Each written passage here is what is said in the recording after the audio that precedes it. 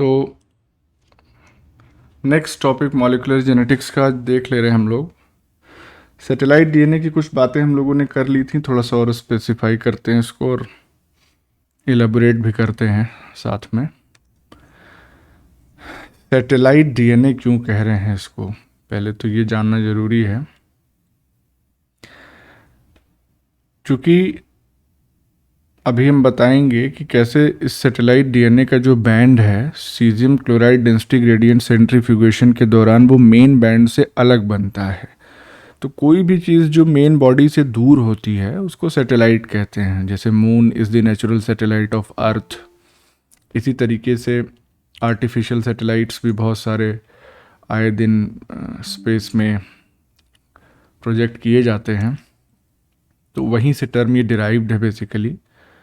तो एक्चुअली में ये सैटेलाइट डीएनए है क्या? पहली बात तो ये हाईली रेपिटेटिव डीएनए है। जो हमने देखा था सिंपल सीक्वेंस रिपीट वाला, हाईली रिपीटेटिव डीएनए, फिर मॉडरेटली रिपीटेटिव डीएनए, तो इसमें से ये हाईली रिपीटेटिव वाला फ्रैक्शन जो है डीएनए का वो कॉन्स्टिट्यूट करता है सैटेलाइट डीएनए। और ये बनाता क्या है? एक अलग फ्रैक्शन, सेपरेट फ्रैक्शन बनाता है। कहाँ? Caesium chloride density gradient centrifugation जब हम करते हैं फ्रेगमेंटेड डीएनए का, उस दौरान। तो जैसे सपोज करिए कि डीएनए है ये बड़ा सा, और इस डीएनए का फ्रेगमेंटेशन किया तो ये छोटे छोटे पार्ट्स में ब्रेक हो गया। अब इन सारे फ्रेगमेंट्स को हमें सेंट्रीफ्यूज करना है, और उस सेंट्रीफ्यूज ट्यूब में जो मीडियम लेंगे वो मीडियम बेसिकली कौन सा होगा?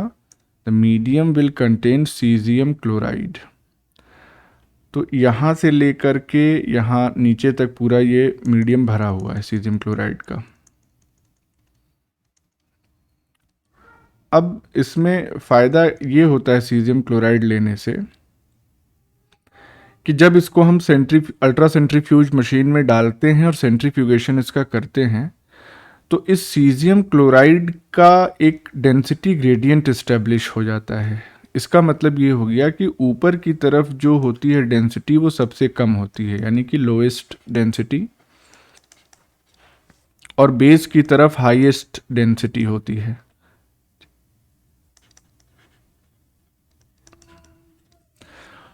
और ये ऊपर से नीचे तक डेंसिटी जो है वो कॉन्टिन्यूएशन में बढ़ती चली जाती है। तो इस वजह से एक ग्रेडियंट इस्टेब्लिश हो जाता है डेंसिटी का, ग्रेडियंट ऑफ डेंसिटी तैयार हो जाता है। तो यहाँ ऊपर बहुत कम डेंसिटी होगी, बीच में जैसे जैसे नीचे आएंगे डेंसिटी बढ़ती जाएगी, सबसे नीचे आ जाएंगे तो मैक्सिमम डेंसिटी हमको मिलेगी। इन फ्रेगमेंट्स को जब इस सीजियम क्लोराइड, और किसी को भी प्रॉब्लम है आवाज में? आ रही है? आ रही सर। ठीक है। तो ये सीजियम क्लोराइड का ये जो पूरा कंटिन्यूएशन है, अब इसमें ये फ्रेगमेंट्स हमने डाला। फ्रेगमेंट्स डालने के बाद चूंकि ये जो फ्रेगमेंट्स हैं इनका अपना एक बेस कॉम्पोजिशन होगा, जाहिर सी बात है ए टी जी सी चारों तरीके के बेसेस इसमें प्रेजेंट होंगे। लेकिन कौन सा वाला बेस कितनी मात्रा में है ये वेरी करेगा इन फ्रेगमेंट्स में अलग अलग। और वो क्यों वेरी करेगा? क्योंकि ये जो फ्रेगमेंटेशन हुआ है बेसिकली, ये अलग अलग फ्रेगमेंट्स में ये जो हाईली रेपिटेटिव डीएनए है उसका अमाउंट अलग अलग हो सकता है। हो सकता है इस फ्रेगमेंट में रेपिटेटिव डीएनए ज़्यादा रहा हो, इस वाले फ्रेगमेंट में कम रहा हो। तो इसलिए जो बेस कॉम्पोजिशन है इन अलग अलग फ्रेगमेंट्स का वो वेरी करेगा। बेस कॉम्पोजिशन जब वेरी करेगा तो जाहिर सी बात है इनकी डेंसिटी भी वेरी करेगी। मोस्ट ऑफ द केसेस में क्या होता है कि मेजॉरिटी ऑफ फ्रेगमेंट्स जो होते हैं वो लगभग यहाँ पे बॉटम के साइड में सेटल करते हैं। और क्यों इस जगह पे क्यों सेटल कर रहे हैं? क्योंकि यहाँ पे ये जो फ्रेगमेंट्स हैं इनकी डेंसिटी इस सीजियम क्लोराइड की डेंसिटी के बराबर हो गई। जिस लेवल पे ये डेंसिटी बराबर होगी उसी लेवल पे सेटल कर जाएंगे। जैसे बर्फ़ की डेंसिटी कम होती है एज़ कम्पेयर टू वाटर, तो आप पानी में बर्फ़ डालिए तो बर्फ़ तैरती रहती है ऊपर, क्योंकि लेस डेंस है तो फ्लोट करती है। लेकिन अगर कोई ऐसा सब्सटेंस जिसकी डेंसिटी वाटर की डेंसिटी के बराबर होती, उसको आप पानी में डालेंगे तो जिस लेवल पे डाल के उसको छोड़ेंगे उसी लेवल पे वो बना रहेगा, ना नीचे जाएगा और ना ही वो ऊपर जाएगा, क्योंकि डेंसिटी सिमिलर हो गई। हल्का होगा तो ऊपर तैरेगा, भारी होगा तो नीचे चला जाएगा। लोहे की कोई चीज़ आप पानी में डालिए तो वो नीचे चली जाएगी क्योंकि डेंसिटी ज़्यादा है। तो जिस लेवल पे डेंसिटी मैच कर जाएगी वहीं पे ये सेटल हो जाएगा। इस बैंड को हम क्या कहते हैं? This is called main band, यानी कि जीनोम का मोस्ट ऑफ द फ्रैक्शन या मोस्ट ऑफ द पोर्शन यहीं पे लाई करेगा। इसके अलावा कभी कभी एक और थोड़ा सा हल्का बैंड मिलता है। क्यों? क्योंकि यहाँ पे नंबर ऑफ फ्रेगमेंट्स कम होंगे। ये जो हल्का फ्रैक्शन मिलता है इसी को हम कहते हैं सैटेलाइट बैंड। और इसको सैटेलाइट इसलिए कह रहे हैं because it is away from the main band. तो मेन बैंड से दूर होने की वजह से इट बिकेम सैटेलाइट। तो ये बेसिक मैकेनिज्म एम्प्लॉय किया जाता है।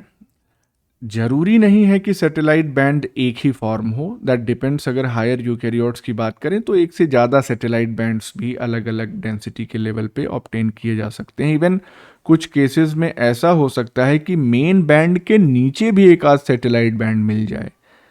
हो सकता है उस सैटेलाइट बैंड की डेंसिटी जो है वो ज़्यादा है as compare to main band, तो दैट डिपेंड्स। सैटेलाइट बैंड की डेंसिटी कम भी हो सकती है तो वो ऊपर रहेगा, मेन बैंड से अगर ज़्यादा हुई डेंसिटी तो वो नीचे चला जाएगा। तो ये जो सेपरेट फ्रैक्शन की बात हो रही है कि ये हाईली रेपिटेटिव डीएनए या सैटेलाइट डीएनए जिसको हम कह रहे हैं, ये सेपरेट फ्रैक्शन बनाता है। ये क्यों बनाता है? क्योंकि इसकी अपनी एक खास ब्योंड डेंसिटी है, डिस्टिंक्ट ब्योंड डेंसिटी है इसकी। अब हाईली रेपिटेटिव डीएनए के बारे में अगर कुछ बातें हम जान लें तो ये रेट ऑफ रीनेचुरेशन तो हम लोग ऑलरेडी डिस्कस कर चुके हैं। इसका रैपिड होगा रेट ऑफ रीनेचुरेशन, ऐसा इसलिए कि इसके फ्रैगमेंट्स बहुत सारे मिल जाएंगे और उसकी वजह से कॉम्प्लीमेंट्री पेयरिंग जो है वो रिलेटिवली फास्ट होगी, तो जल्दी ये रीनेचुरेट कर जाएगा, री एनील कर जाएगा। हाईली रेपिटेटिव डीएनए की खासियत ये होती है कि इसमें मोस्टली शॉर्ट सीक्वेंस रिपीट्स होते हैं, तो या सिंपल सीक्वेंस रिपीट्स भी उनको हम कहते हैं। और ये जो सिंपल, जैसे मान लो छोटे छोटे रिपीट्स हो गए A, A, G, C, C, ऐसे, अब यही बार बार रिपीट हो रहा है तो फिर A, A, G, C, C, फिर A, A, G, C, C bar bar repeat हो रहा है, तो इसका जो कॉरस्पॉन्डिंग कॉम्प्लीमेंट्री होगा वो भी रिपीट होगा, T, T, C, G, T, T, C, G, दूसरे स्ट्रैंड में। तो शॉर्ट होते हैं क्योंकि बहुत बार इनको रिपीट होना है। टैंडमली रिपीट होते हैं। टैंडम का मतलब एक के बाद फिर दूसरा, फिर तीसरा, फिर चौथा, ऐसे एक के बाद एक जब रिपीट होते हैं। और ये जो पूरा रिपीटेड यूनिट्स का जो चंक बनता है वो बहुत बड़ा बनता है, लार्ज क्लस्टर बनाते हैं।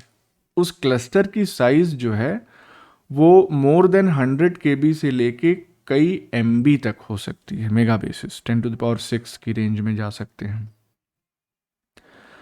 तो इसीलिए हाईली रेपिटेटिव हैं, क्योंकि बहुत बड़े बड़े क्लस्टर्स बना रहे हैं। भले ही इंडिविजुअल यूनिट छोटी हो, सपोज यहाँ 5 न्यूक्लियोटाइड की एक यूनिट हमने बना दी, इंडिविजुअल यूनिट छोटी है लेकिन बार बार रिपीट हो रही है और रिपीट होने की संख्या बहुत ज़्यादा है।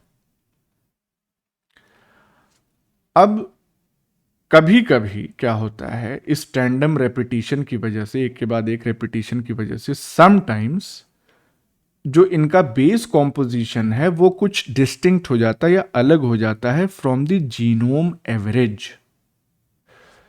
तो जैसे यहाँ पे हम ऊपर क्या देख रहे हैं, यहाँ तो ऑलमोस्ट बैलेंस कर दिया हमने। एक एग्जांपल और सिंपली समझाने के लिए, जैसे मान लीजिए AT GGGCC, ऐसा अगर ये सीक्वेंस है और ये बार बार रिपीट हो रहा हो, ATGGGCC, तो जाहिर सी बात है ये जब कई बार रिपीट होगा तो इसमें हम देख सकते हैं A सिर्फ एक बार मिल रहा है, T सिर्फ एक बार मिल रहा है, G हमको 3 बार मिल रहे हैं और C भी 2 बार मिल रहा है। तो ओवरऑल ये जो स्ट्रेच तैयार होगा हाईली रेपिटेटिव डीएनए का, उसका जीसी कंटेंट ज़्यादा होगा एज कंपेयर टू एटी। लेकिन हो सकता है कि जो पूरा जीनोम है, जिस भी ऑर्गेनिज्म का जीनोम फ्रेगमेंट किया हमने, उस जीनोम का एवरेज ऐसा रहा हो कि A T G C almost equal रहे हों, या हो सकता है जीनोम के एवरेज में ए और टी ज़्यादा रहे हों।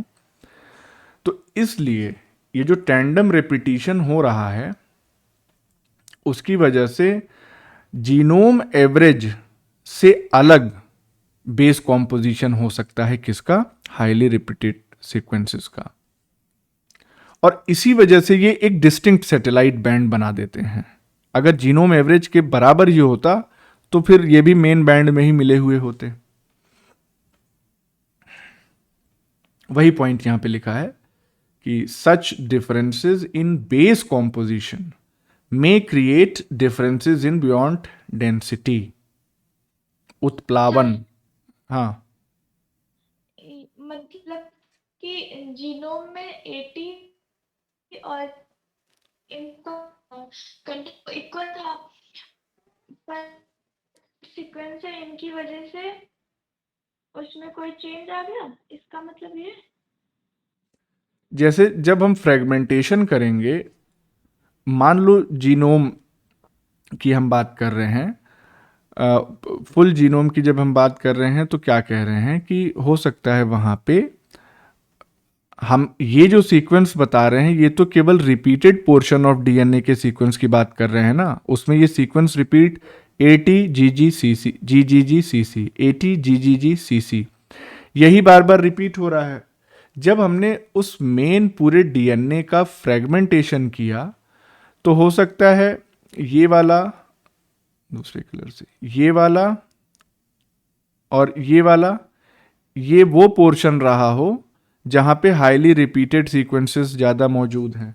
इसका मतलब इन दोनों फ्रेगमेंट्स में जीसी कंटेंट ज़्यादा होगा।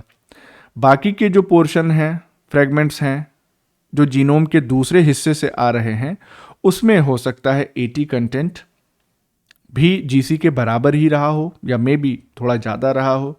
वो तो हम कह सकते हैं ना कि जीसी कंटेंट अगर ज़्यादा है तो इसका मतलब कि वो प्रोकैरियोटिक डीएनए की बात हो रही है। इन जनरल एटी कंटेंट ज़्यादा है तो यूकैरियोटिक डीएनए की बात होती, क्योंकि जीसी रिच होता है प्रोकैरियोटिक जीनोम। तो जीनोम का ओवरऑल एवरेज जो है उसमें हो सकता है, सपोज कर लेते हैं हम, हो सकता है उसमें कि ए टी जी सी बराबर बराबर रहे हों।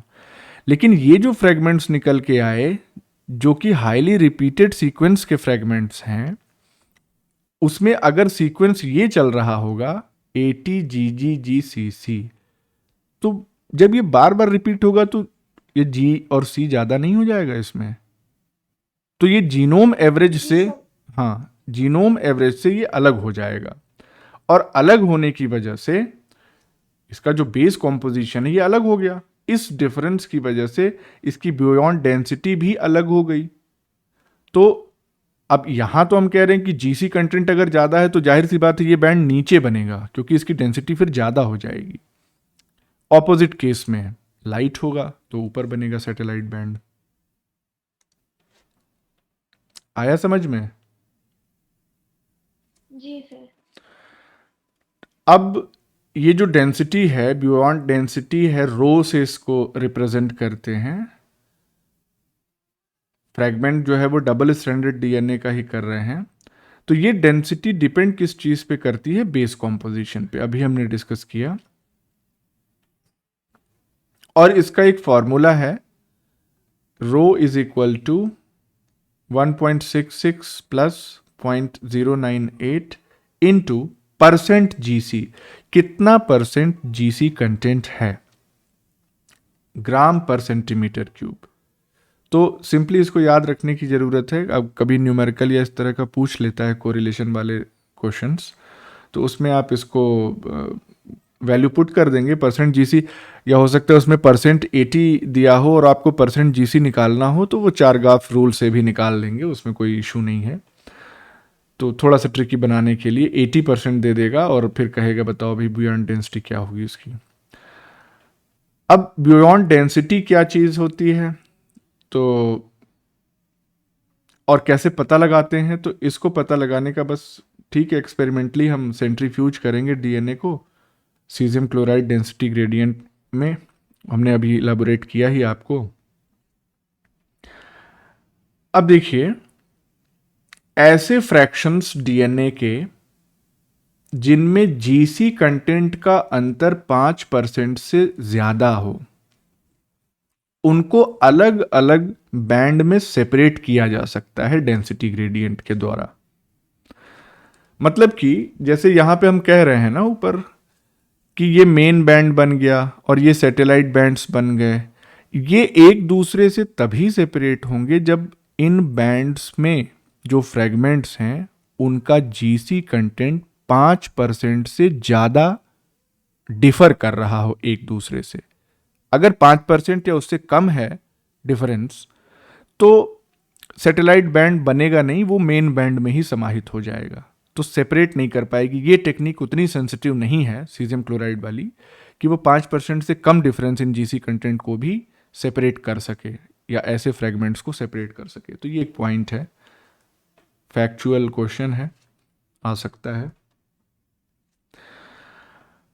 अब देखिए, जब fragmented DNA, specially eukaryotic DNA की बात करते हैं, उसको सेंट्रीफ्यूज किया जाता है डेंसिटी ग्रेडियंट में, तो अभी जो हमने इलाबोरेट किया डायग्राम बनाया उसी का पॉइंट है। तो उसमें होता क्या है कि जो मोस्ट जीनोम का हिस्सा है वो एक ब्रॉड पीक बनाता है,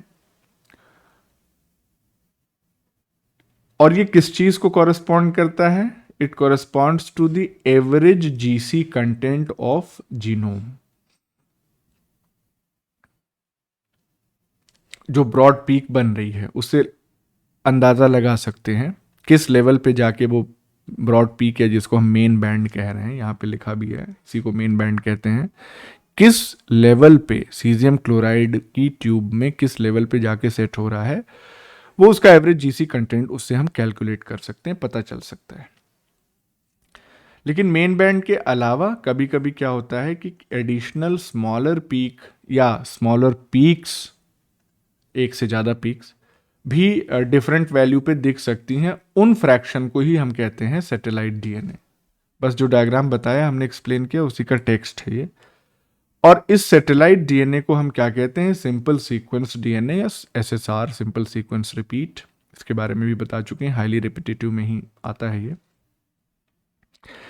जैसे एग्जाम्पल के तौर पे देखें तो अगर माउस डीएनए का सेंट्रीफ्यूगेशन किया जाए तो उसमें हमको दो बैंड्स मिलेंगे, एक मेन बैंड होगा और एक सैटेलाइट बैंड होगा।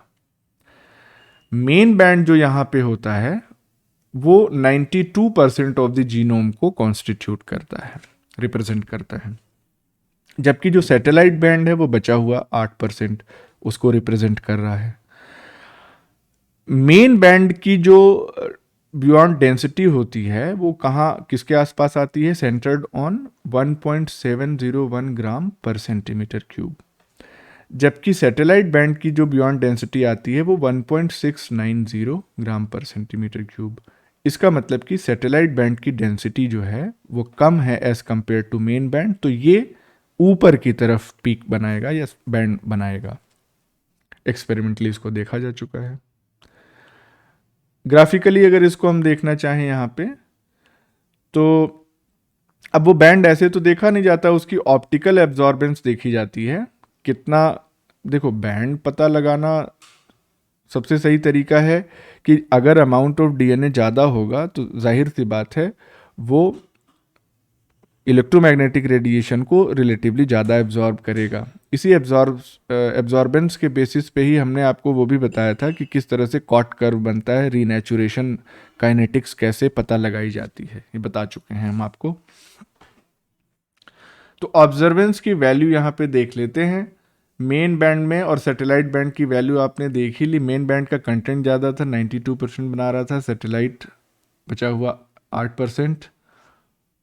बस ग्राफिकल रिप्रेजेंटेशन है। अब देखिए सैटेलाइट की ही बात कर रहे हैं। बहुत सारे यूकैरियोटिक जीनोम्स में ये सैटेलाइट डीएनए सीक्वेंसेस पाए जाते हैं। ये मेन बैंड से हैवी भी हो सकते हैं, लाइट भी हो सकते हैं। तो ये पॉइंट हम बता चुके हैं ऑलरेडी। जैसे एग्जांपल लें यहाँ पे, तो ह्यूमंस के केस में अल्फा या अल्फॉइड डीएनए इसको कहते हैं, वो एक सैटेलाइट बैंड है या सैटेलाइट बैंड फॉर्म करता है जब हम डेंसिटी ग्रेडियंट सेंट्रीफ्यूगेशन करते हैं। तो ये जो डीएनए है पोर्शन, ये कहाँ पे प्रेजेंट होता है? Centromeric reason of the chromosome में। इसका मतलब हम यहाँ से क्या डिड्यूस कर सकते हैं? हम ये कह सकते हैं कि जो सेंट्रोमेरिक रीजन है ह्यूमन क्रोमोसोम्स का, उसमें हाईली रेपिटेटिव सीक्वेंसेस पाए जाते हैं, तभी ये अलग से सैटेलाइट बैंड बना रहा है। तो अब अगर हम देखना चाहें कि ह्यूमन जीनोमिक डीएनए में कितने बैंड्स बनते हैं, तो एक मेन बैंड बनता है और 3 सैटेलाइट बैंड्स बनते हैं। मेन बैंड की जो डेंसिटी है वो 1.701 होती है, और ये जो सैटेलाइट बैंड्स हैं इनकी डेंसिटी अलग अलग 1.687, 1.693, 1.697। वैल्यू ना भी याद रखें तो इतना याद रख सकते हैं नंबर ऑफ सैटेलाइट बैंड्स कितने हैं, और इन सभी सैटेलाइट बैंड्स की जो वैल्यू है वो मेन बैंड के डेंसिटी की वैल्यू से कम है। इसका मतलब ये सारे मेन बैंड से ऊपर ही सेटल करेंगे। तो ये एक जानकारी। सैटेलाइट डीएनए जो होते हैं वो स्पीशीज स्पेसिफिक होते हैं। जाहिर सी बात है, एक स्पीशीज का जो डीएनए का बेस कॉम्पोजिशन है वो दूसरी स्पीशीज से अलग होगा, तो उसी हिसाब से उसमें जो सैटेलाइट पीक्स बनेंगी वो भी अलग अलग बनेंगी। किसी एक जीनोम में या किसी एक स्पीशीज के जीनोम में कई अलग अलग टाइप के सैटेलाइट्स हो सकते हैं, और जो हर ये अलग अलग टाइप के सैटेलाइट्स बनते हैं, इनकी रिपीट यूनिट्स भी अलग अलग हो सकती है। जैसे 2 तो हमने ही बना दी ऊपर ऐसे एज एन एग्जांपल, तो वो 2, उस 2 में हम वेरिएशन कर दिए। तो इसी तरह से ओरिजिनली भी इन रिपीट यूनिट्स में वेरिएशन होता है, जिसकी वजह से अलग अलग टाइप के सैटेलाइट बैंड्स तैयार हो जाते हैं। और ये जो रिपीट यूनिट्स हैं, ये लेस देन 5 बेस पेयर से लेके मोर देन 200 बेस पेयर की हो सकती। एक रिपीट यूनिट में 5 से कम बेसेस हो सकते हैं या 200 से ज्यादा बेस पेयर्स हो सकते हैं। बेस पेयर ही कहेंगे क्योंकि डबल स्टैंडर्ड डीएनए की बात हो रही है। तो 200 बेस पेयर से ज्यादा होगी तो इसका मतलब कि each repeating unit will be quite large. 5 से कम है तो बहुत छोटी रिपीट यूनिट तैयार होगी। ये जो रिपीटेड सीक्वेंसेस हैं या ये सैटेलाइट सीक्वेंसेस होते हैं, इनका जनरली ट्रांसक्रिप्शन नहीं होता है, ट्रांसक्राइब होने की इनको ज़रूरत नहीं है। ये स्पेसर डीएनए का काम करते हैं, सिर्फ चंक भरने का, और जब कभी इवोल्यूशन हो, म्यूटेशन हो, तो उसके लिए एक raw material, raw content of the genome provide करने का काम करते हैं। तो इनकी लोकेशन मोस्टली कहाँ होती है? In the heterochromatin associated with centromeric regions. अभी हमने आपको बताया, जैसे अल्फॉइड डीएनए का हमने जो एग्जांपल लिया था, तो सेंट्रोमेरिक रीजन्स में मेजॉरिटी ऑफ रीजन जो होता है वो हेटेरोक्रोमैटिक होता है, और उसमें मोस्टली सैटेलाइट डीएनए प्रेजेंट होता है। इसीलिए वो बहुत ज़्यादा कंडेंस्ड फॉर्म में नज़र आता है, क्योंकि स्टेन बहुत ज़्यादा ले लेता है। तो सैटेलाइट, इसमें थोड़ा सा और इसके टाइप्स अगर देखें तो मिनी सैटेलाइट्स और माइक्रो सैटेलाइट्स। इसमें अंतर बस यही होता है कि रिपीटिंग यूनिट्स कितनी बड़ी हैं और कितनी बार रिपीट्स हो रही हैं। तो अगर रिपीट यूनिट्स बहुत छोटी होंगी और कम बार रिपीट्स, या रिपीट्स तो ज़्यादा बार भी माइक्रो हो सकती हैं, mainly size of repeating unit से वेरी करता है। अगर बहुत छोटी रिपीट यूनिट होगी तो माइक्रो सैटेलाइट हो जाएगा, थोड़ी बड़ी रिपीट यूनिट होगी तो मिनी सैटेलाइट हो जाएगा। ये दोनों टाइप के सैटेलाइट्स जो होते हैं, जाहिर सी बात है सैटेलाइट्स ही हैं तो टैंडेमली रिपीटेड डीएनए सीक्वेंस होंगे इसमें। मिनी सैटेलाइट, माइक्रो सैटेलाइट अलग से नाम देने का मकसद ये है कि इनमें रिपीट्स भी होते हैं, लेकिन ये और इनको सैटेलाइट डीएनए कहा भी जा रहा है, लेकिन डेंसिटी ग्रेडियंट सेंट्रीफ्यूगेशन जब करते हैं तो ये अलग बैंड नहीं बनाते हैं। क्या कारण होगा कि ये अलग बैंड नहीं बनाते हैं मिनी सैटेलाइट्स और माइक्रो सैटेलाइट्स? बता सकते हो तो बताओ।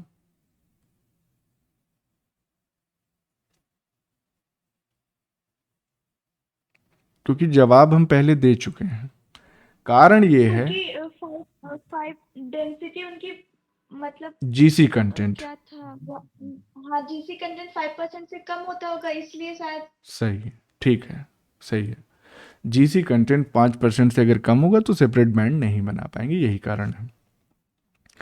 अब अगर इन दोनों को हम कंपेयर कर लें, मिनी सैटेलाइट माइक्रो सैटेलाइट, तो मिनी सैटेलाइट्स जो होते हैं ये जो क्लस्टर बनाते हैं, क्लस्टर मतलब कि रिपीट यूनिट्स का ग्रुप, उसकी जो लेंथ होती है वो 20 केबी के आसपास, 20 केबी तक जाती है। माइक्रो सैटेलाइट के जो क्लस्टर्स होते हैं बहुत शॉर्ट होते हैं, बहुत छोटे होते हैं, लेस देन 150 बेस पेयर। यहाँ पे 20 केबी, पी भी लिख दें यहाँ तो कोई दिक्कत नहीं है। ये सिर्फ 150 बेस पेयर तक ही रह जाते हैं, उससे कम ही रहते हैं। रिपीट यूनिट्स मिनी सैटेलाइट में 20 से 50 होती हैं। तो 20 से 50 रिपीट यूनिट्स हो गई। यहां रिपीट यूनिट जो है 13 बेस पेयर या उससे कम की होती है, यानी एक यूनिट में जो नंबर ऑफ न्यूक्लियोटाइड्स होंगे वो 13 होंगे या उससे कम होंगे। यहां तो 20 से 50 जा सकता है। और each repeat units, each repeat unit, हर एक सेकेंड, रिपीट यूनिट्स जो हैं वो उनकी संख्या 20 से 50 होगी। हर एक रिपीट यूनिट जो होगी उसमें 10 से 100 बेस पेयर्स हो सकते हैं। यहां रिपीट यूनिट का साइज कितना था? 13 बेस पेयर या उससे कम। तो बहुत अंतर है। यहां 10 से 100 बेस पेयर की रिपीट यूनिट बन रही है, यहां सिर्फ 13 बेस पेयर की रिपीट यूनिट बन रही है, इसीलिए इसको माइक्रो सैटेलाइट कहा, इसको मिनी सैटेलाइट कहा। जनरली जो माइक्रो सैटेलाइट्स पाए जाते हैं जीनोम में, उनमें 1 से लेके 4 बेस पेयर तक की यूनिट रिपीट होती है। 13 तो मैक्सिमम कह दिया, मैक्सिमम, इससे ऊपर तो नहीं जाएगा, 13 और लेस। लेकिन इन जनरल 1 से लेके 4 बेस पेयर रिपीट होते हैं, और ये रिपीट्स होते हैं 10 से 20 बार। यहां पे रिपीट यूनिट कितनी बार? 20 से 50 बार रिपीट हो रही थी, यहां 10 से 20 बार। मिनी सैटेलाइट का बहुत इंपॉर्टेंट एग्जाम्पल है टीलोमेरिक डीएनए, ह्यूमंस के केस में। इंड रेप्लिकेशन फिनोमेना, टीलोमेरिक रेप्लिकेशन हमने आपको पढ़ाया है। तो शॉर्टनिंग ऑफ क्रोमोसोम को प्रिवेंट करने के लिए इंड रेप्लिकेशन एक अलग तरीके से चलता है, एक बार रिवाइज कर लीजिएगा उसको। टीलोमेरिक डीएनए जो है इसमें सैकड़ों कॉपीज होती हैं इस रिपीट यूनिट की, 5 प्राइम TTA GGG 3 प्राइम। यही रिपीटिंग यूनिट है टीलोमेरिक डीएनए या टीलोमेरिक एंड ऑफ क्रोमोसोम्स पे, कई बार रिपीट होती है। और ये जो रिपीट यूनिट है ये कैसे रिपीट हो रही है? बेसिकली जो टीलोमेरेज एंजाइम होता है उसके अंदर ये सीक्वेंस एम्बेडेड होता है, तो जब कॉपी करता है, स्ट्रैंड को इलोंगेट करता है जिसका रेप्लिकेशन होना है, तो इसी के कॉम्प्लीमेंट्री स्ट्रैंड सिंथेसाइज वो करता रहता है। देख लेना एक बार इन रेप्लिकेशन फिनोमेना, तो क्लियर हो जाएगा। तो ये बहुत इंपॉर्टेंट बात है कि टीलोमेरिक डीएनए जो होता है वो मिनी सैटेलाइट की कैटेगरी में आता है। अब एक चीज, इसका कॉम्प्लीमेंट्री सीक्वेंस टीलोमेरेज के पास भी होता है, तो वो खुद एज मतलब टेम्पलेट की तरह एक्ट करके और हाँ खुद ही न्यूक्लियोटाइड को ऐड करता है, मतलब उसका कंपाउंड की हाँ कॉपी भी बनाता है। Exactly exactly. फिर वहाँ प्राइमर की ज़रूरत नहीं पड़ती है अलग से ना, वो खुद ही कर देता है। अब मिनी और माइक्रो सैटेलाइट्स, इनको एक साथ क्या कहा जाता है? VNTR, जो डीएनए फिंगरप्रिंटिंग में इनका इस्तेमाल होता है। इनको ही एसेस किया जाता है, सिमिलैरिटी इनकी कितनी है सैंपल में और जो कल्प्रिट है या जो भी इशू है। VNTR आपको मालूम होगा, variable number of tandem repeats. तो यहाँ पे जो रिपीट यूनिट्स हैं टैंडमली जो रिपीट कर रही हैं, उनकी संख्या अलग अलग हो सकती है, वेरिएबल नंबर है। एक चीज़ और बहुत इंपॉर्टेंट यहाँ पे ध्यान रखनी है कि कभी कभी ये जो मिनी सैटेलाइट्स हैं, इनको इंडिविजुअली ही VNTR कह दिया जाता है। तो क्वेश्चन में ये आ सकता है, ध्यान रखना। अगर ऑप्शन में मिनी और माइक्रो दोनों हो तब तो सबसे सेफ ऑप्शन है। मिनी अलग है माइक्रो अलग है ऑप्शन में, तो हमेशा मिनी सैटेलाइट को ही सिलेक्ट करेंगे आप। तो इसलिए ये पॉइंट यहाँ पे मेंशन किया गया है। VNTR को variable number of tandem repeats क्यों कहते हैं? क्योंकि इसमें जाहिर सी बात है वेरिएशन होती है नंबर ऑफ रिपीटिंग यूनिट्स में किसी पर्टिकुलर लोकस पे। मतलब क्या हो गया, एक इंडिविजुअल में किसी खास लोकस पे जो रिपीटिंग यूनिट्स होंगी उनकी संख्या अलग होगी किसी दूसरे इंडिविजुअल के उसी लोकस पे। और यही जो डिफरेंस है VNTR में या नंबर ऑफ रिपीटिंग यूनिट्स में, इसको देख के, इसको ही एनालाइज करके सिमिलैरिटी जो है वो चेक की जाती है वाइल परफॉर्मिंग डीएनए फिंगरप्रिंटिंग। अब यहाँ पे एग्जाम्पल आप देखिए, इसमें टेबल जो दिया है इसमें टैंडमली रिपीटेड ह्यूमन डीएनए के मेजर क्लासेस जो है वो मेंशन्ड है। जैसे सैटेलाइट डीएनए है, ऊपर हमने लिखा ही है 100 KB से सेवरल MB तक हो सकता है। साइज ऑफ रिपीटिंग यूनिट्स 5 से 171 है और लोकेशन इसकी क्या है? सेंट्रोमियर पे। तो लोकेशन जो है वो सेंट्रोमियर पे है। एक सेकेंड,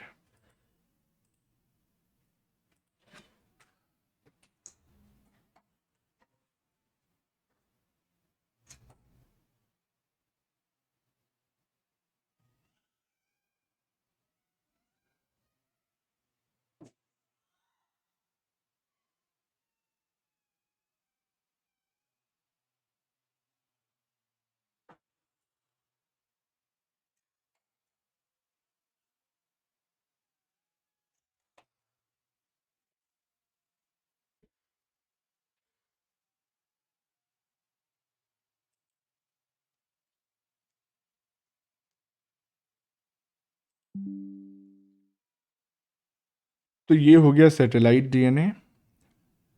इसके बाद अल्फा सैटेलाइट की अगर हम बात करें, आवाज़ आ रही है? जी सर। हाँ, अल्फा सैटेलाइट की बात करें तो साइज ऑफ रिपीटिंग यूनिट, अब लिखा है हम जानबूझ के इसलिए पढ़ दे रहे हैं कि एक बार गो थ्रू हो लेगा, नहीं तो फिर ऐसे रह जाता है। इसकी लोकेशन भी सेंट्रोमेरिक रीजन में है। बीटा सैटेलाइट, साइज जो है रिपीटिंग यूनिट की 68 है।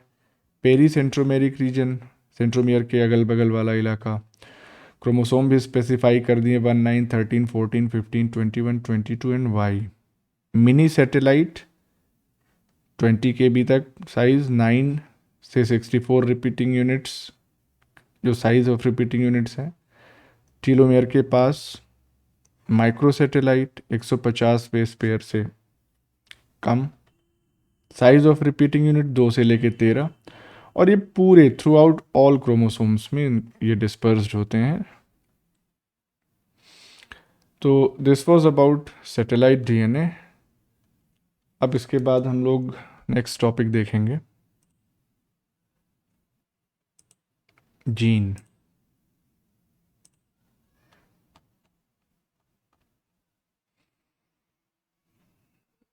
जीन के बारे में बेसिक चीज़ें आपको मालूम होंगी। टर्म जीन किसने दिया था? विलहेल्म जॉनसन ने, 1909 की बात है।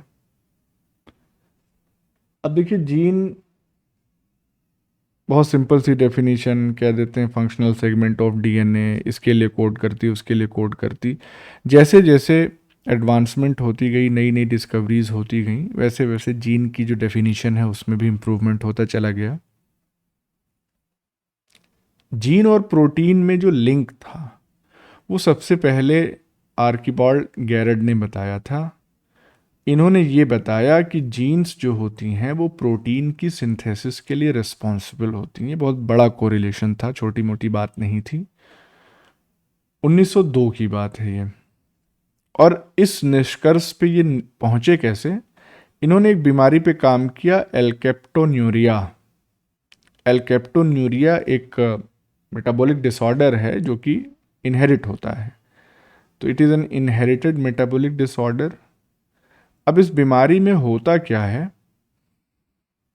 कि होमोजेंटिसिक एसिड को ब्रेक करने वाला, तोड़ने वाला जो एंजाइम होता है वो मौजूद नहीं रहता है, क्योंकि उस एंजाइम को कोड करने वाली जीन डिफेक्टिव हो जाती है। तो फिर ये होमोजेंटिसिक एसिड जो है वो एक्युमुलेट होता रहता है और तमाम तरीके के न्यूरोलॉजिकल प्रॉब्लम्स और समस्या क्रिएट करता है। तो इस कई पेशेंट्स की स्टडी करके ये गैरड ने ये लिंक इस्टेब्लिश किया कि जो एंजाइम रिक्वायर्ड था वो नहीं बन पा रहा था, क्योंकि जीन जो है थी वो डिफेक्टिव थी। खैर, उसमें हम लोग बहुत डिटेल में नहीं जाएंगे, देखेंगे जब ये टॉपिक, मेरे ख्याल से हम बता चुके हैं, एल्केप्टोन्यूरिया बताए हैं क्लासिकल जेनेटिक्स में। सर डिजीज वाला पार्ट नहीं पढ़ाए थे, अच्छा, डिजीज नहीं पढ़ाए थे, पढ़ा देंगे इसको डिटेल में। लेकिन राघवन सर पढ़ाए थे क्लास में। ठीक है, कहीं भी पढ़ पढ़ ले तो ठीक है। फिर बीडल एंड टैटम, बहुत पुराना famous one gene one enzyme hypothesis, Neurospora crassa पे इन्होंने वर्क किया था। तो न्यूट्रिशनल म्यूटेंट्स, ऑक्सोट्रॉप्स, प्रोटोट्रॉप्स, इनका इस्तेमाल करके इन्होंने ये दिया हाइपोथेसिस कि एक जीन जो है वो किसी एक एंजाइम के सिंथेसिस के लिए रिस्पॉन्सिबल होती। बाद में क्या पता चला कि कोई एक एंजाइम जो है एक से ज़्यादा सब यूनिट से मिलके बना हो सकता है। तो उन अलग अलग सब यूनिट्स या पॉलीपेप्टाइड्स के लिए अलग अलग जीन्स होती हैं। तो one gene one polypeptide hypothesis modify हो गई। उसके बाद फिर और एडवांसमेंट जब हुआ तो फिर ये पता चला कि एक जीन हमेशा एक ही पॉलीपेप्टाइड नहीं बनाएगी, वो एक से ज़्यादा पॉलीपेप्टाइड के लिए भी कोड कर सकती है। और ये कैसे पता चला? जब पोस्ट ट्रांसक्रिप्शनल मॉडिफिकेशन की डिटेल स्टडी की गई और उसमें अल्टरनेटिव आरएनए स्प्लाइसिंग और आरएनए एडिटिंग जैसी मैकेनिज्म जो है वो लाइट में आई। अब अल्टरनेटिव आरएनए स्प्लाइसिंग में क्या होता है आपको मालूम है, ये बता चुके हैं हम खैर, कि जो एक्सॉन्स हैं उनका अगर सीक्वेंस चेंज कर दे तो एक्सॉन 1 2 3 4 ये इसी सीक्वेंस में रहेंगे तो कोई अलग टाइप का पॉलीपेप्टाइड बनेगा। E1 E3 E2 E4 कर दोगे तो कोई अलग टाइप का। तो इस तरह से अल्टरनेटिव स्प्लाइसिंग करके आरएनए की या एक्सॉन्स की रीशफलिंग करके भी अलग अलग पॉलीपेप्टाइड्स बनाए जा सकते हैं फ्रॉम सिंगल जीन। आरएनए ये खुद से हो सकता है, मतलब ऐसा होगा कि ऐसा होगा इसलिए दैट ऐसे कैसे होगा? ऐसा होता है, स्प्लाइसियोसोम जो होता है अगर उसमें चेंजेस हैं, अलग अलग स्प्लाइसियोसोम सेम जीन पे एक्ट करेंगे तो वो अलग अलग मैकेनिज्म अलग अलग तरीके से एक्सॉन्स की शफलिंग करेंगे। ऐसा होता है। जहाँ पे नंबर ऑफ जीन्स कम है उन्हीं जीन्स से हमको वैरायटी ऑफ पॉलीपेप्टाइड्स चाहिए, तो ये मॉडिफिकेशंस होते हैं। आरएनए एडिटिंग, आरएनए एडिटिंग में बेसिकली होता क्या है कि ट्रांसक्रिप्शन होने के बाद एमआरएनए में सी से यू, यानी कि जहाँ पे सी था उसकी जगह पे यू ला दिया जाता है। तो जाहिर सी बात है अगर एक बेस चेंज करेंगे इस तरीके से, एडिटिंग करेंगे इसकी, तो जो कोडॉन है वो चेंज हो जाएगा। कोडॉन चेंज हो जाएगा तो जिस एमिनो एसिड के लिए कोड कर रहा था वो चेंज हो जाएगी। तो इस तरीके से पॉलीपेप्टाइड भी चेंज हो जाएगा। तो ये दो बहुत क्रूशल मैकेनिज्म्स हैं जिनकी हेल्प से एक जीन के द्वारा एक से ज़्यादा टाइप की पॉलीपेप्टाइड्स मैन्युफैक्चर की जा सकती है बाय द सेल।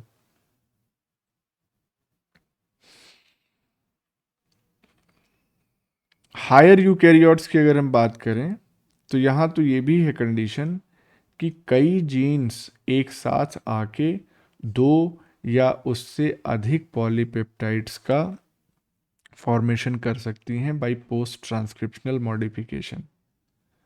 अब उसमें स्प्लाइसियोसोमल एक्सचेंज हो सकता है, एक का एक्सॉन दूसरे में लग जाए, पहले का दूसरे का पहले में लग जाए। ये मैकेनिज्म भी लाइट में है, भी इस पे बहुत सारे खोज चल रही है, लेकिन ऐसा देखा गया है। तो इस तरीके से जीन की जो डेफिनेशन है वो कॉम्प्लेक्स होती चली जा रही है। जीन का जो कॉन्सेप्ट है वो कॉम्प्लेक्स होता चला जा रहा है।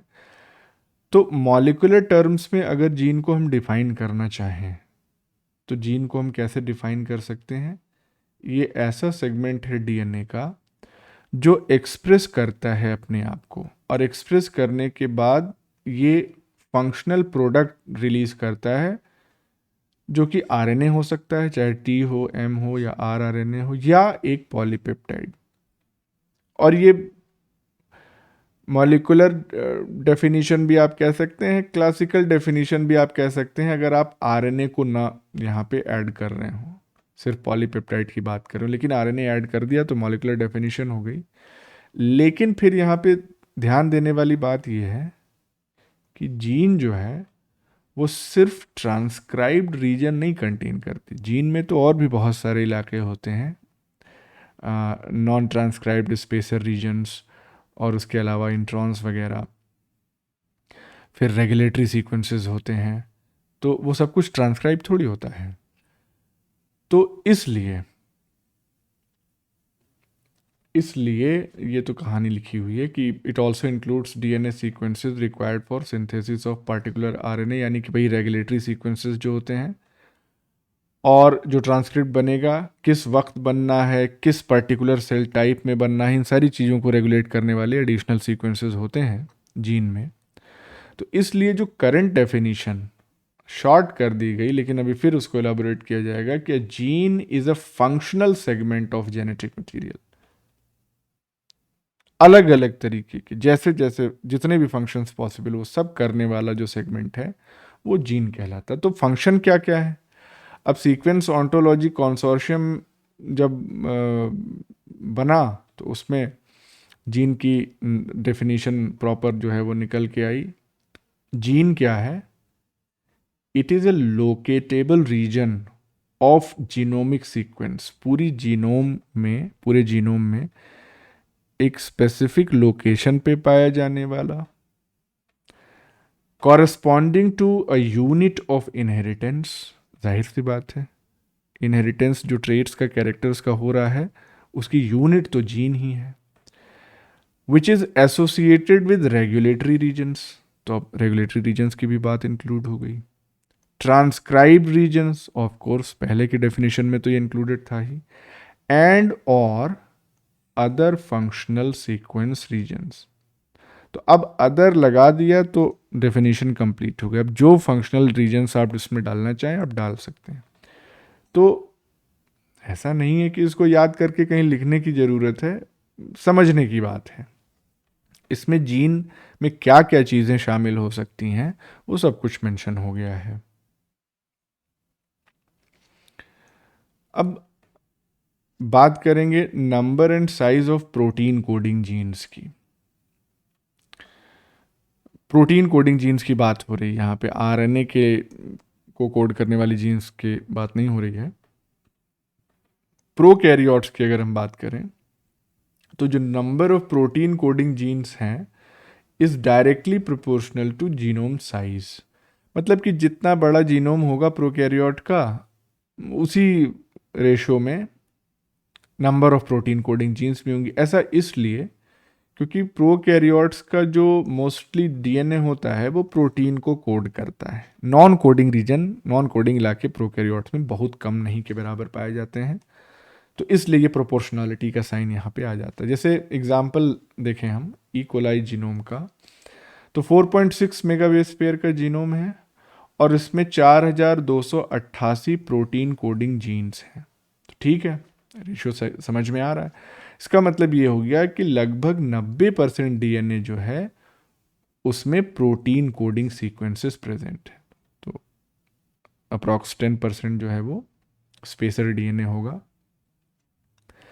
माइकोप्लाज्मा जेनिटेलियम की अगर हम बात करें तो इसका सबसे छोटा जीनोम होता है, इनफैक्ट स्मॉलेस्ट प्रोकैरियोट भी है ये, और इसमें जीनोम साइज बहुत कम हो गया, तो इसमें number of protein coding genes भी कम हो गई, 470 के अप्रॉक्स।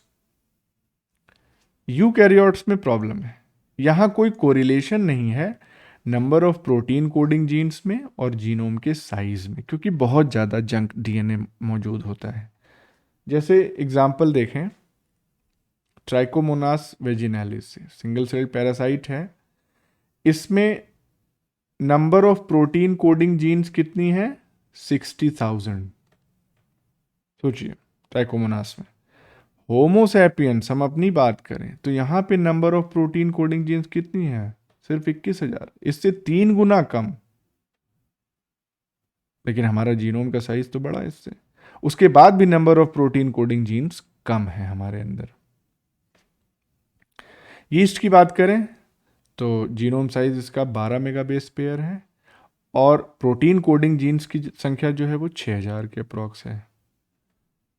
सिनोरेब्डाइटिस एलिगेंस की अगर हम बात करें तो 100 एमबीपीएस कह रहे हैं, 100 मेगाबेस पेयर्स और प्रोटीन कोडिंग जीन्स की संख्या 20,000 है। अच्छा, अब यहाँ पे कोई दिक्कत वाली बात तो लग नहीं रही, यहाँ पे 12 था तो 6000 था, यहाँ 100 है तो 20,000 है। लेकिन अगर आप रेशियो निकाल के देखें, 12 इसको आप 10 मान लीजिए और ये 100, 10 गुना जीनोम साइज है सी एलिगेंस का, लेकिन number of protein coding genes 6 है ये और ये 20 है, तो मतलब लगभग 3 गुना।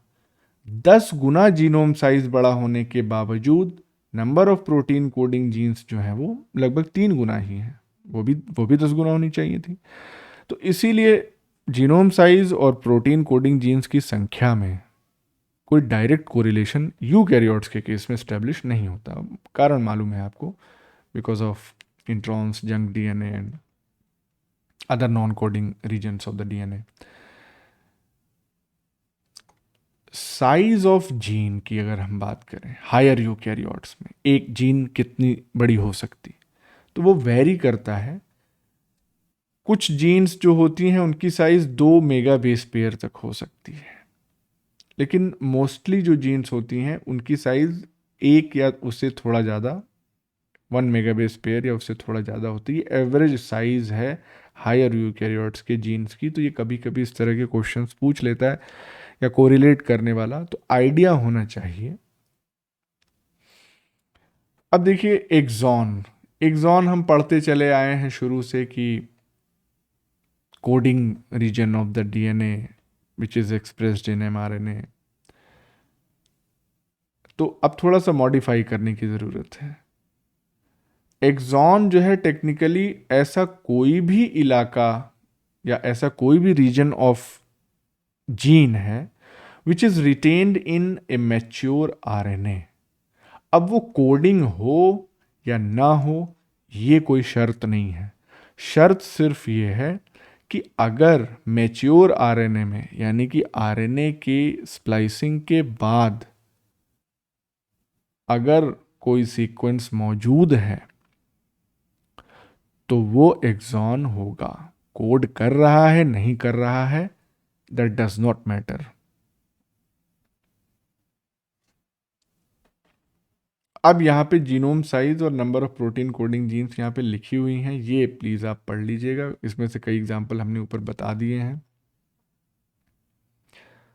तो ये हो गया जीन के बारे में कुछ बेसिक बातें। इंट्रॉन्स के बारे में देख लेते हैं थोड़ा। ऑल्दो इंट्रॉन्स कंप्लीट नहीं हो पाएगा, लेकिन जितना हो सकता है उतना कर लेते हैं। इंट्रॉन्स देखो, इंट्रॉन्स जान ही रहे हो कि नहीं कोड करता है तमाम चीज़ें, लेकिन इंट्रॉन्स आप कैसे टेक्निकली डिफाइन करेंगे? ये कोई ऐसा सीक्वेंस है which is removed during RNA splicing. अगर आरएनए की स्प्लाइसिंग के दौरान कुछ निकल गया प्राइमरी ट्रांसक्रिप्ट से, तो वो इंट्रॉन है, ऐसे समझिए बस। नॉन कोडिंग कोडिंग के चक्कर में नहीं पड़ना है। पहली बार इंट्रॉन की डिस्कवरी हुई थी 1977 में। फिलिप शार्प और रिचर्ड रॉबर्ट्स और फिलिप शार्प, इन लोगों ने अलग अलग इसकी डिस्कवरी की थी, साथ में मिलके नहीं, इंडिपेंडेंटली डिस्कवर किया था इन्होंने। Most of the genes of higher eukaryotes में इंट्रॉन्स पाए जाते हैं, लेकिन सभी जीन्स में नहीं पाए जाते हैं। ये बहुत इंपॉर्टेंट है, तो ध्यान रखिएगा, सभी जीन्स में इंट्रॉन्स नहीं पाए जाते हैं। जैसे एग्जांपल के तौर पे इंटरफेरॉन जीन्स, हिस्टोन जीन्स, कई राइबोन्यूक्लियस जीन्स या हीट शॉक प्रोटीन की जीन्स या कई जीपीसीआर जीन्स, इनमें इंट्रॉन्स नहीं पाए जाते, दे लैक इंट्रॉन्स। तो इन इन इन एग्जाम्पल्स में से कभी ऐसे क्वेश्चन आ सकते हैं कि which of the following genes do not contain introns. तो आपको याद होना चाहिए, सारे इंपॉर्टेंट ही हैं, सब जानते भी हैं आप। लोअर यूकैरियोट्स की अगर हम बात करें, जैसे कि यीस्ट, इनमें भी इंट्रॉन्स जो है वो नहीं पाया जाता है, या पाया जाएगा तो एक आध दो, बहुत कम। प्रोकैरियोट्स में तो बहुत ही रेयर हैं जीन्स, मेजॉरिटी ऑफ जीन्स में नहीं पाए जाएंगे। पाए भी जाएंगे तो इंट्रॉन नहीं कहेंगे उनको, जंक भी नहीं कहेंगे, स्पेसर कह देते हैं। साइज ऑफ इंट्रॉन्स की अगर हम बात करें तो ये साइज वेरिएबल होता है, 50 से लेके 1,00,000 न्यूक्लियोटाइड से भी बड़ा हो सकता है इंट्रॉन। इनफैक्ट हायर यूकैरियोट्स का जो जीनोम साइज बड़ा हुआ, उसके पीछे मेन वजह यही थी, इंट्रॉन्स का साइज। तो इंट्रॉन्स की ही वजह से जीनोम साइज हायर यूकैरियोट्स का बढ़ता चला गया। एक्सॉन्स जो होते हैं वो शॉर्टर होते हैं, लगभग 150 न्यूक्लियोटाइड के आसपास। ये 50 से लेके 1,00,000 न्यूक्लियोटाइड, तो बहुत बड़ा है। अब यहाँ पे एक डायग्राम है, इसमें आप को पहले ऊपर वाला बता देते हैं। देखिए ये क्या है, ये जीन है, यानी कि डीएनए। ट्रांसक्रिप्शन हुआ, तो ट्रांसक्रिप्शन होने के बाद जाहिर सी बात है ये प्राइमरी ट्रांसक्रिप्ट बना, तो इसमें एक्सॉन भी होगा, इंट्रॉन भी होगा। अब इंट्रॉन्स के बारे में यहाँ पे क्या लिखा है, NTS sequence present in primary transcript of the gene but not in mature processed RNA. तो हम जानते हैं इंट्रॉन जो है प्राइमरी ट्रांसक्रिप्ट में होगा। Now this NTS stands here for non transcribed spacer, NTS. अब थोड़ा सा ये मिसलीडिंग टर्म है भाई, ट्रांसक्रिप्शन तो हो ही रहा है जीन का, तभी तो ये प्राइमरी ट्रांसक्रिप्ट बन रहा है, लेकिन इन जनरल इसको कह देते हैं ऐसे, क्योंकि स्पेसर है बेसिकली, इस टर्म पे आपको ज़्यादा फोकस करना है। ये किसी चीज़ के लिए कोड नहीं कर रहा है, ये तो हम पहले से जानते हैं इंट्रॉन। तो नॉन ट्रांसक्राइब्ड स्पेसर इसको कह दिया, although it is being transcribed. Similarly जब स्प्लाइसिंग हो जाएगी तो इंट्रॉन रिमूव हो जाएगा। इंट्रॉन रिमूव हो गया तो अब सिर्फ एक्सॉन बचे, तो ये प्रोसेस ट्रांसक्रिप्ट है, मैच्योर एमआरएनए।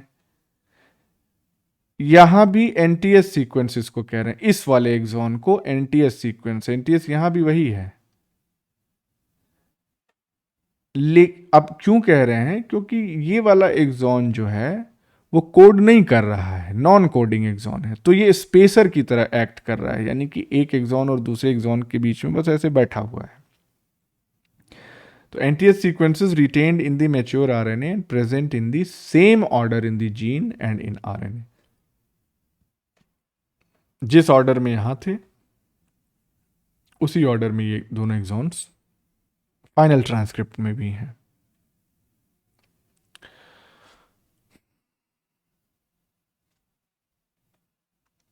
ओवरऑल जो लेंथ है हमने अभी बताया आपको जीन की, वो इंट्रॉन से डिटरमाइन की जाती है क्योंकि इंट्रॉन्स का साइज बड़ा होता है। किसी पर्टिकुलर जीन में कितने इंट्रॉन्स प्रेजेंट होंगे ये भी वेरिएबल होता है। जैसे बडिंग ईस्ट की बात करें तो उसमें सिर्फ एक इंट्रॉन जीन, वहीं टाइटिन जीन जो है ह्यूमंस में 363, एक जीन में 363 इंट्रॉन्स मौजूद हो सकते हैं, बहुत ज़्यादा संख्या है।